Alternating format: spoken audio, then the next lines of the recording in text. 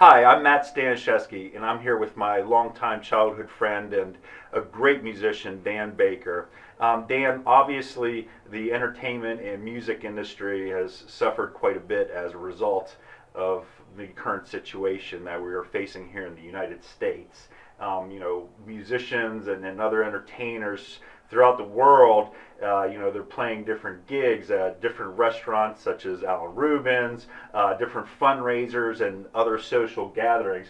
Obviously, that's impacted you, and actually, now to come and think about it, you also teach lessons, and so your tutoring has probably been affected as well. Can you talk about, obviously how you've been affected, but what are the ways that you're trying to overcome this during these challenging times?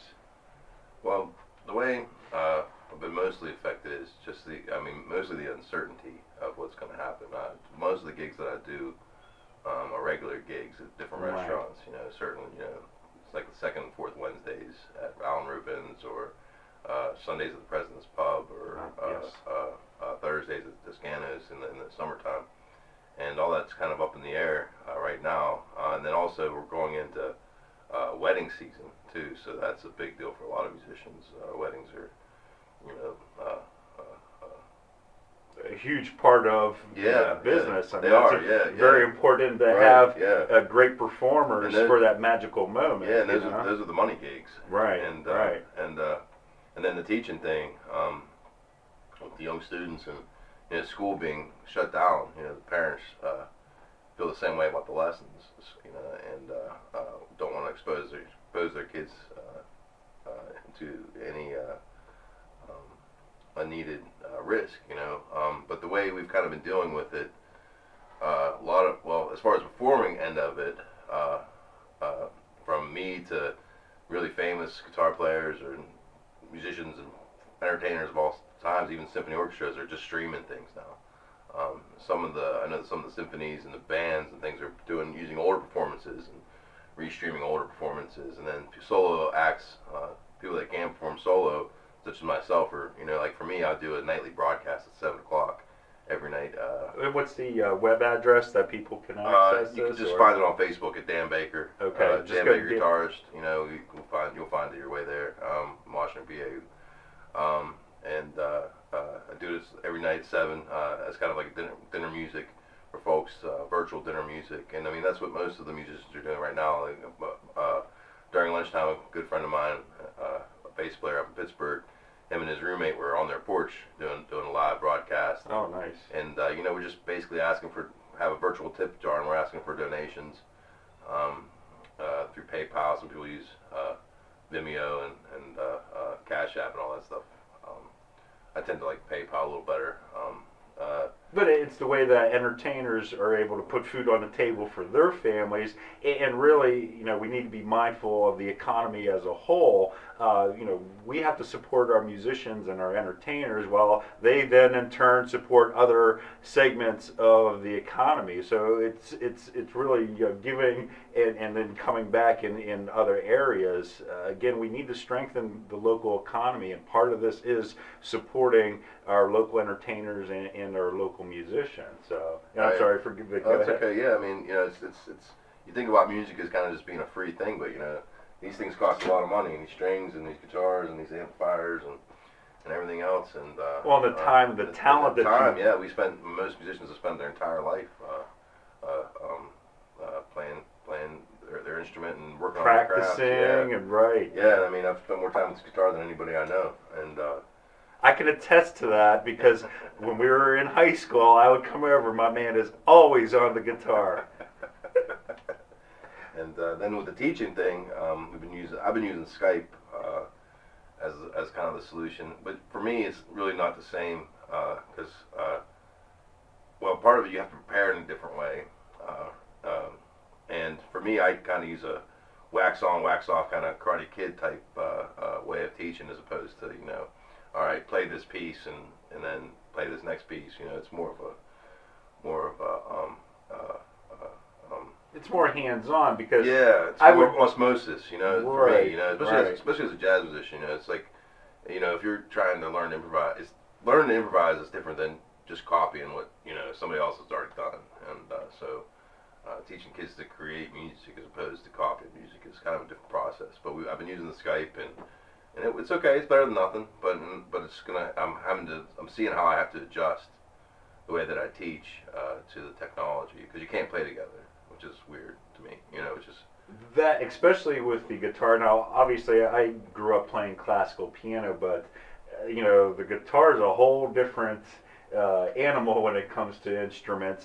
Right, you don't just push a key and make a sound. You have to sit right, and you have to attack the string right with your pick, or if your finger style, or and like if you're putting your thumb to the side. I can't see like a kid like kids having trouble making a chord. I can't see where their thumb is. Like a lot of times kids will have difficulty making a chord because they're putting their thumb straight up and down. If they put it to the side, just little. Those intricate details that you. There's no way to do that because you'd have to have some kind of 360 virtual reality type camera to do that. But you can only. So I basically, with my students, can hear what they're working on and kind of critique them and then send them. I have to actually. I realized this week that I'm gonna have to start sending their lesson, the next week's lesson, a week ahead. So that they can take a little look at it and absorb it, and then I can kind of make adjustments because it's just very different. It's almost. It's a challenge. Yeah. But I mean, we're finding solutions, and like I said, everybody's streaming live, and if you can help donate, even a couple dollars, $5 here and there, it just helps a lot. I mean, it won't make up for the loss of income.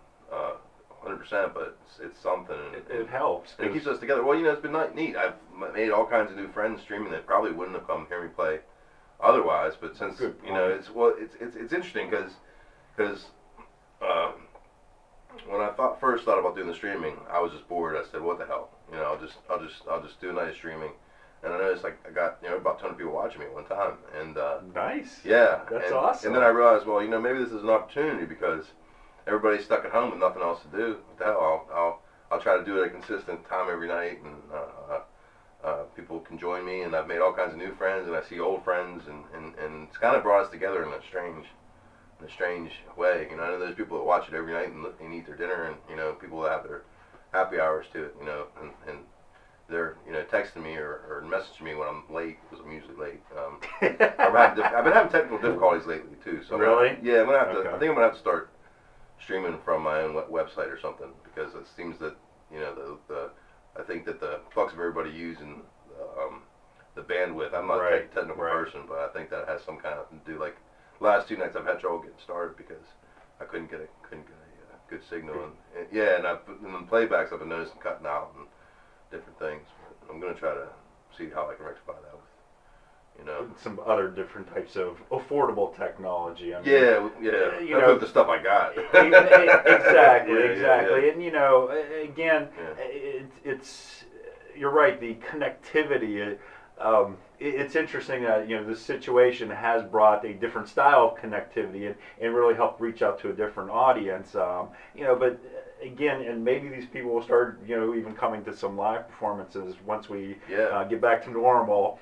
And really just we need to get our economy going again, and a part of it is the music and the entertainment appreciation, because like you said earlier, people are enjoying your music over, let's say, brunch or over their dinner or let's say a happy hour or something. Yeah. So they still have that opportunity, and we need to continue to support all of our industries across the spectrum as we continue through this. But we will get through this. I look forward to seeing one of my dear friends play again, down the Washington Jazz Society over at President's Pub, obviously over at Alan Rubin's, and what was the other location you mentioned? Toscano's and Bert Govan in South Point's one of my regular things on Thursdays. And then people can catch you on Facebook. Facebook, it's Dan Baker. I think it's Dan Baker Guitar is if facebook.com/Dan Baker Guitar. I'll find it and make sure I put a little. Yeah. It's my personal one, so I don't think you have to friend me. You can still watch it without being friends, but you can friend me too. What the hell, I gotta reach out. We can be friends. We can all be friends, man. But Dan, again, thank you for all that you do. For the time that you put in, and we do appreciate you and all the musicians out there.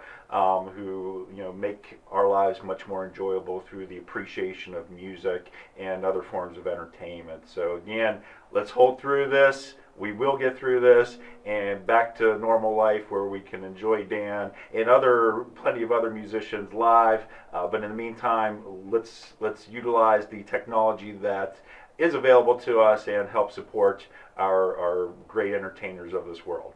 Thank you.